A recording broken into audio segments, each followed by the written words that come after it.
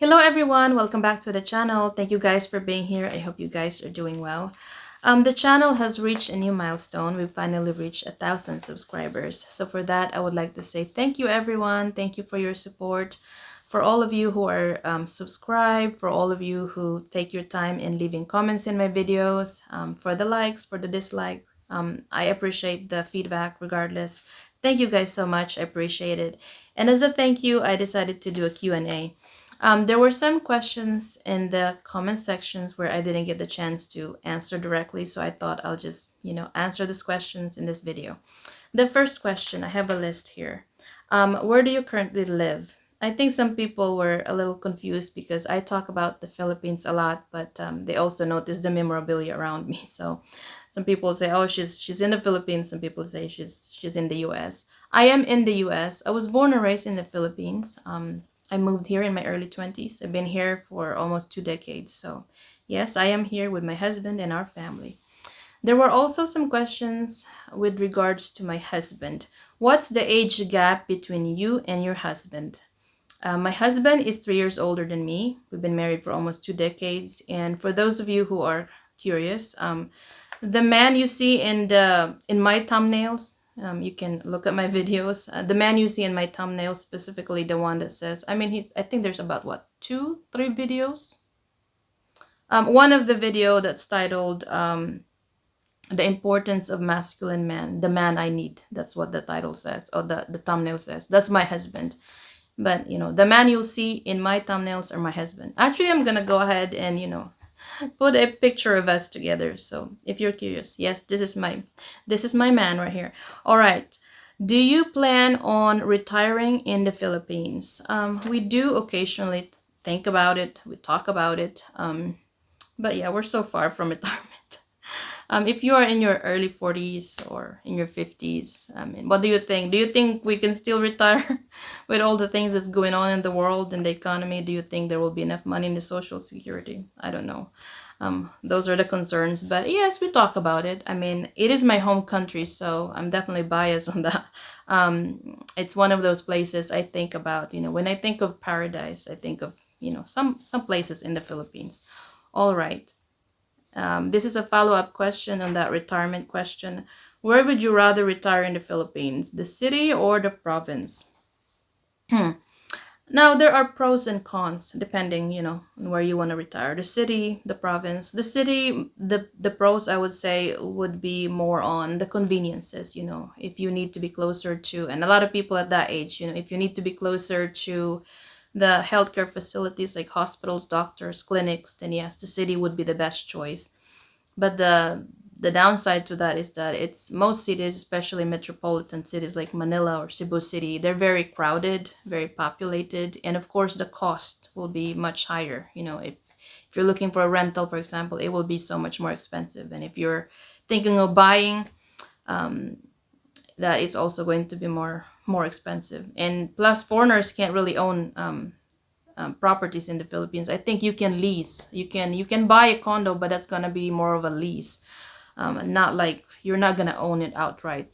If you need information on that, you can check what's the name of his channel. I occasionally watch him, Sabi Expat. He talks about that kind of content, and he's got a lot of good information on it. Okay, the province, retiring in the province, that would be my choice. I like the provinces, and you have options in the province as well. If you like the beach, some places like Bohol, Siargao, amazing, beautiful places to retire, I think. But then the downside of retiring in the provinces is that, yeah, you're going to be far from, the convenience. You might be able to find some good hospitals, but it's not quite like, being in a major metropolitan area. All right. What's the hardest thing you had to learn after moving to America? For me personally, it's the driving. I am not like a good multitasker. The eye, the hand, feet coordination. That was a challenge. And plus, I've never driven before. So when I came here, I had to like learn from the very beginning. Like that was the first time I actually I've driven a vehicle. So yeah, especially driving in the highway. Yeah, it took me a couple of years to get the courage to drive in a highway. I think I was more like forced to really drive in a highway. But yeah, that was the challenge. Learning how to drive, driving, and then when I finally started driving, I kind of started small, the back roads kind of situation. And then after a couple of years, after, experience, after gaining more experience, then I ended up being forced to I was forced to drive in the highway. But you know what? I'm so thankful that I did that. I'm so thankful that my husband pushed me to do that, to learn how to drive, to learn how to have courage when it comes to driving in the highway, because that's it's so good to have that kind of freedom, driving, in case of emergencies. That's very important. All right, let's move on to the next question. As a Filipino living in the US, have you faced any kind of issues, social issues? I've been very lucky with this. I haven't really had to deal with anything major, no major issues. The friends I've met were very kind to me. They've been very nice to me, very accepting. Um, so no major issues. But there were situations where I've met people who had a negative reaction once they found out that I'm from the Philippines. I remember there's this one situation where this person was like, "Where are you from?" And I said, "I'm from the Philippines." And this person was like, "Ew," that was the reaction. Um, I was a little bit taken aback with that reaction. Was wondering what was that about. But I've noticed that some people will have a negative impression of you, even though they don't know you. A lot of times, that negative impression or reaction, I'd say, they base that on their personal negative experience, or maybe they knew of someone who had a negative experience, or maybe they've seen something on social media, something negative about the Philippines or Filipinos in general, and then they form their opinion based on that. And how do you deal with that kind of situation? It depends. If it's just a reaction, I let it go. It's not worth the trouble. But if it's derogatory and below the belt, which I haven't really encountered, maybe one or twice. And in those situations, I've learned how to stand up for myself. You just, I think certain things shouldn't be tolerated, especially when it comes to something that I would consider to be racist or something derogatory. You just have to. I've learned how to stand up for myself, and you know, fortunately, I haven't had to deal with a lot of that. Maybe twice, yeah. All right. Regarding tampo, okay, tampo is it basically means sulking or the silent treatment. I have a video on this where I talk about this. Our viewer asked, "How should you behave as a husband? Should you seek a conversation, or is it better to hold back and let your partner decide when she wants to talk again?" Personally, I think you should just be honest and tell her, that's not okay with me. Don't tolerate it, because it is not a good behavior.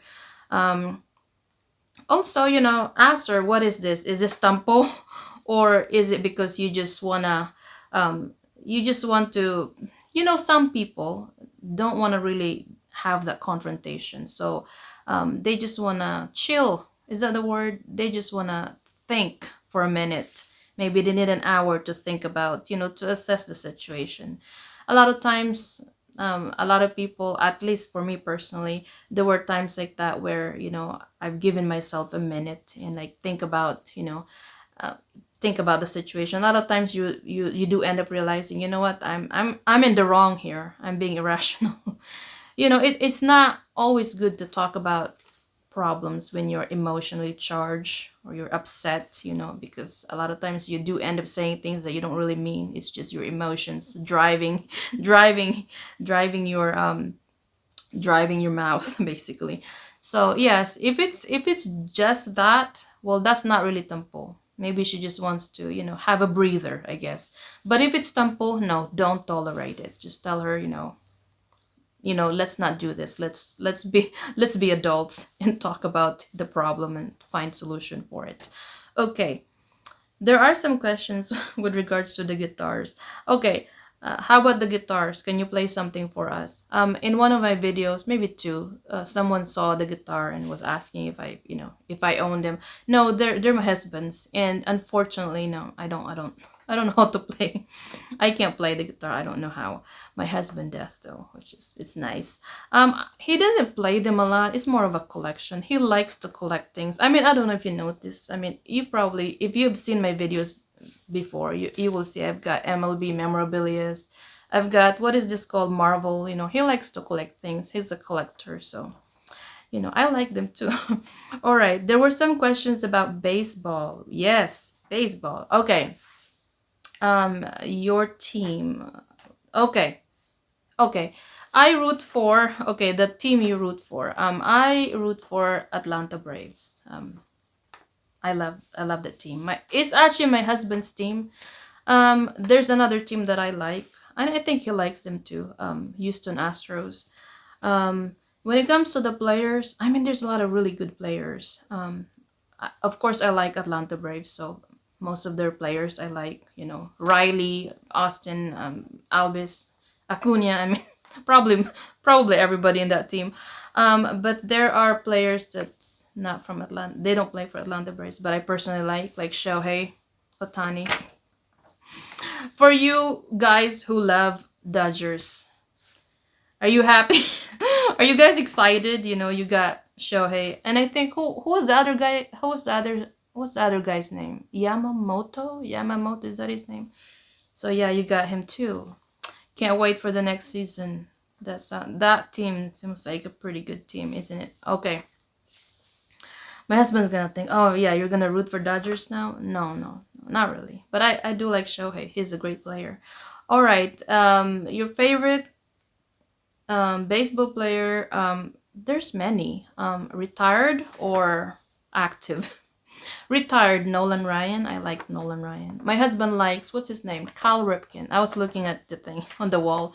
He likes Cal Ripken. I like Nolan Ryan. Active players. Again, there's so many. Of course, I like the players of the Atlanta Braves. I like Shohei Ohtani. I think most Asians, probably all Asians, like Shohei Ohtani. Um, hmm. Riley is a good player. Oh, you know what? There's a player from the Phillies. No, I'm not a fan of the Phillies, obviously. Nothing against it, but yeah. Anyways, there's a guy there that's really good. What's his last name? Is it Tucker? Maybe I'm wrong. Tucker. He was the one that was getting booed, and then I guess they decided to encourage him instead of getting booed, and then he did really well. I think his last name was Tucker. I'm gonna look it up. But yeah, he's really good. He's a really good player. You know, I'm not a fan of the team, but I like that player. Okay. All right. I hope you guys enjoyed this video. I'll see you guys on my next one. Bye, guys.